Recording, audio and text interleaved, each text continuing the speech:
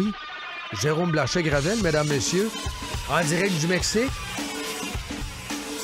C'est une petite chanson d'occasion, pour l'occasion. Tu l'as-tu? Ben oui. J'ai ça certainement. Ben oui, on va faire jouer ça. Je vais le saluer, puis on va mettre la table tranquillement, pas trop vite. Jérôme Blanchet-Gravel, salut, comment ça va? Salut à tous, très bien vous? Salut à tous, là, on met la table pour quelque chose. Le coronavirus. Ce matin, tu vas nous mettre la table et tu vas nous expliquer comment, parce que là, tu es sur place, rappelons-le aux auditeurs, tu es à Mexico City, comment c'est géré là-bas, le politique, la santé publique, les hôpitaux. Y a-tu du sport? Y a-tu de l'école? Y a-tu des magasins? Y a-tu ci? Y a-tu ça? Vas-y, je t'écoute. Je veux que tu nous décrives comment c'est géré là-bas. Ben, il y a beaucoup de choses à dire. D'abord, je suis à Oaxaca. J'ai quitté Mexico, je vais y retourner. Je suis un peu plus au sud, donc dans l'état de Oaxaca. Mais j'ai passé une semaine complète à Mexico la semaine dernière.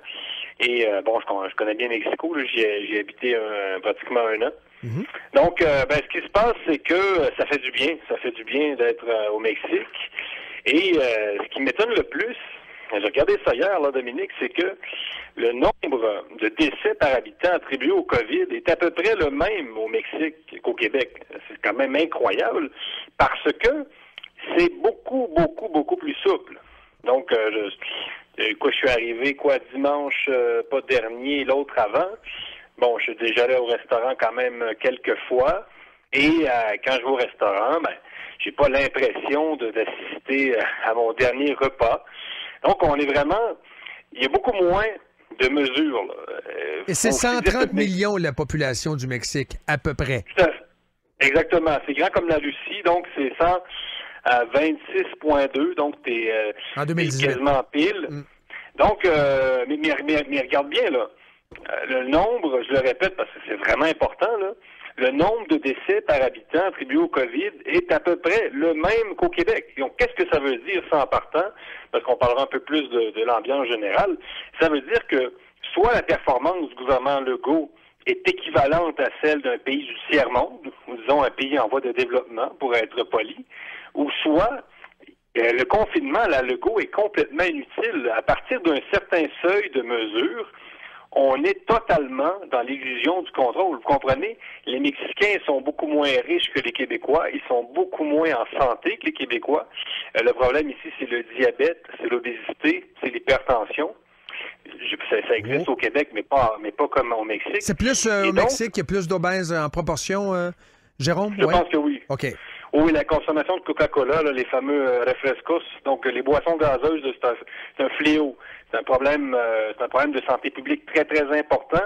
Et le régime alimentaire des Mexicains, quand même, est bien viandeux, là. Donc, beaucoup de viande, beaucoup d'huile, etc. Là. Donc, c'est quand même assez costaud.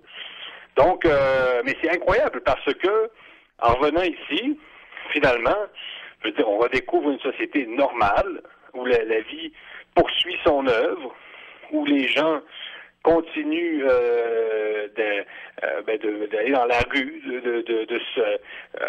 de manger dans la rue, etc. Donc, on peut aller au restaurant, les bars ferment, par exemple, ça dépend des États, parce que, il faut dire, le Mexique est une fédération. Donc, chaque État, c'est comme au Québec, là. C'est qu'au Canada, c'est-à-dire. Donc, le Québec a ses propres mesures de confinement, l'Ontario a ses propres mesures. Au Mexique, c'est pareil. Donc, dans chaque État, ça peut varier un petit peu. Mais globalement, mon Dieu que c'est plus souple, mon Dieu que ça fait du bien de retrouver une société normale où l'hypocondrie n'est pas sur le point de devenir la politique officielle. Là. Parle-moi du président, son comportement. Comment parle-t-il aux gens? Ici, évidemment, on va le revoir ce soir. François Legault va nous parler comme si on était des bébés là, comme si c'était un personnage dans Passe-Partout. Là. Pas le temps. Comment il parle au monde, le président? Il est génial, hein, sérieux. C'est un type de gauche. Okay. Bon, Andrés Manuel López Obrador, c'est vraiment un populiste de gauche avec... J'avais certaines réticences, bien franchement. Des fois, c'est vraiment un homme de gauche. Sur le plan économique, là, c'est à peu près Québec solidaire. Là. Vous voyez un peu le genre. Donc, c'est la gauche économique là, très pure. Là. Ceci dit, très surprenant. Sur le plan sanitaire, il joue un peu sur deux tableaux. Donc, évidemment, il n'y a pas le choix de composer avec un certain courant sanitaire là, qui vient surtout de l'Occident. Parce qu'au Mexique, vous savez, on respecte les mesures, mais aussi un peu parce que ça fait bien. Hein. Ça fait bien auprès de l'Occident. On se passe du purel dans les mains, puis on a l'impression d'appartenir, nous aussi, à la civilisation. Donc, il y a un effet un peu de colonialisme sanitaire. Là. Vous comprenez toutes ces idées-là de se purifier par le purel, la nouvelle eau bénite, tout ça. C'est très moderne, c'est très occidental. Donc, j'ai l'impression que pour certains Mexicains, on prend pas ça trop au sérieux. Mais on le fait parce que, bon, ça fait bien de montrer que ça fait bien auprès des Américains, ça fait bien auprès des Canadiens, etc. Donc la religion du sanitarisme. Donc, on fait notre Je vous salue Marie, notre signe de croix, puis le faire exactement, oui. Il y a beaucoup de rituels là-dedans. Donc, pour revenir au président, c'est que le type, ben c'est ça, joue sur deux tableaux. Parce qu'il fait le jeu un peu du sanitaire, mais en même temps, il est très, très étonnant. Écoute, la semaine passée, il a déclaré qu'il ne porterait pas le masque. Donc, c'est un type qui, il dit qu'il ne portera pas le masque. Il a attrapé le COVID, d'ailleurs. Donc, il dit, je ne suis plus contagieux. Il a même dit on ne pouvait pas vivre enfermé. Quand je vous dis que ça contraste avec le gouvernement Legault, c'est incroyable. Quel genre de gauche? C'est pour un politicien de gauche qui aime le contrôle de l'État ou par l'État de sa population. C'est une nouvelle gauche, là. C'est pas la gauche telle qu'on l'entend ici, là. Ben oui, ça m'a fait rire parce qu'il a même dit au Mexique, nous n'allons pas appliquer, il n'y a pas d'autoritarisme au Mexique. Donc, contrairement à certains pays qui se veulent plus démocratiques, c'est très étonnant. Mais bien franchement, là, c'est vraiment un vent de fraîcheur. Donc, le type, ben c'est ça. Il est conscient. Il y a une part stratégique là-dedans. C'est parce que, de toute façon, le confinement est pire que le virus. Là. Un confinement à long terme, dans tous les pays du monde, ça mène à plus de dommages collatéraux. Donc, López Obrador est conscient de cette réalité-là. Dans un pays où, finalement, le tiers, je pense, de l'économie se déroule dans la rue comme tel. Donc, si on empêchait les gens de sortir, écoute, c'est peut-être 25% de la population qui aurait plus de quoi manger à la fin de semaine. C'est clair. Donc, tu vois-tu un impact dans le tourisme? Le fait, par exemple, que plusieurs ont lancé l'appel de ne pas voyager, etc. Est-ce que tu en entends parler? Est-ce que ça fait mal à l'économie sur place? Ben moi, où est-ce que je suis? Je peux pas le sentir. Je suis pas dans une station balnéaire. À Mexico, c'est difficile à mesurer. À Mexico, j'ai vu que de très nombreux commerces ont fermé. C'est ça qui m'a le plus frappé. Mais je vous dirais qu'en gros, là, en résumé, les Mexicains portent le masque. Ils portent presque tous le masque dans la rue. Ça, c'est très étonnant, mais c'est à peu près la seule mesure, je vous dirais, qu'on respecte vraiment. Dans le sens où les États donnent des consignes. Bon, quédate en tu casa, ça veut dire, bon, reste chez toi, c'est le mot d'ordre national. Mais en vérité, les gens font à peu près ce qu'ils veulent. Donc, c'est comme si à partir du moment où les gens sont masqués, la vie est à peu près pareille qu'avant la pandémie.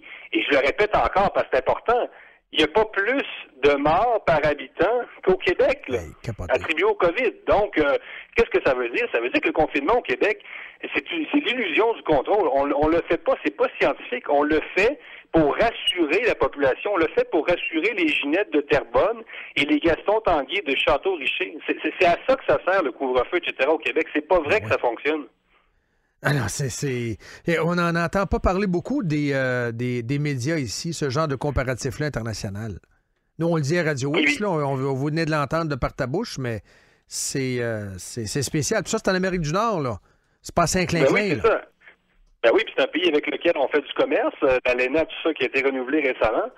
Donc, au Québec, moi, en étant ici, je m'aperçois qu'on est dans l'effet placebo. Là. On se fait croire qu'on se protège avec un couvre-feu, mais la vérité, c'est que dans des pays beaucoup plus souples, on arrive à peu près au même résultat. Donc, soit Legault a une performance qui est celle d'un pays du tiers-monde, ou soit il y a une grande partie de ces mesures qui sont inutiles. C'est ça la conclusion à laquelle j'arrive, là. C'est incroyable. Je suis en train de regarder des statistiques. Tu sais, j'ai pitonné vite pendant que tu parlais sur Google. Parce que là, je suis tombé sur un article du Journal de Montréal du 24 janvier. Des Québécois ont attrapé la COVID-19 au Mexique.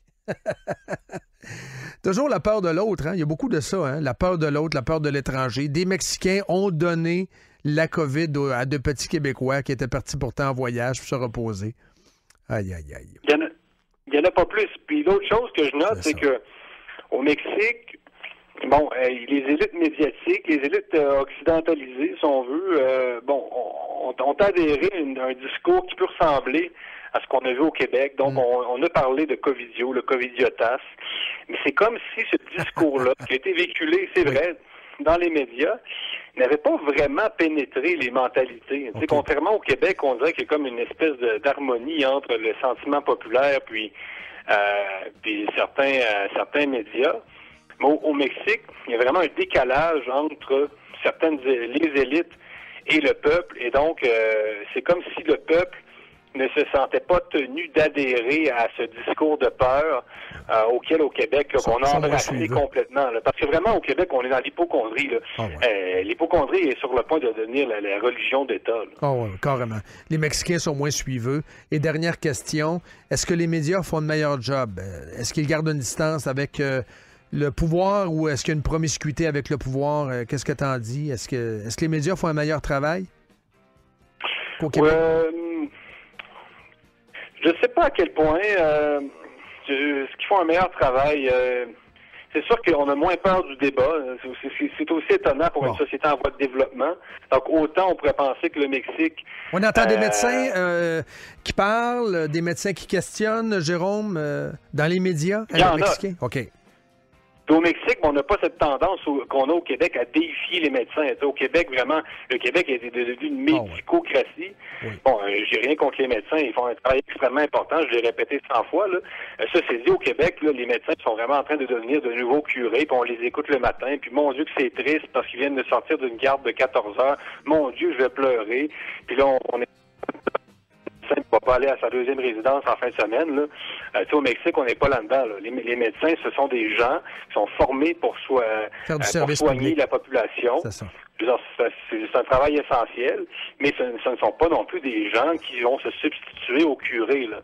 Ça, au Québec, c'est devenu aussi une tendance assez tannante. Là. Surtout les épidémiologistes. S'il y a un épidémiologiste à RDI qui veut des barrages...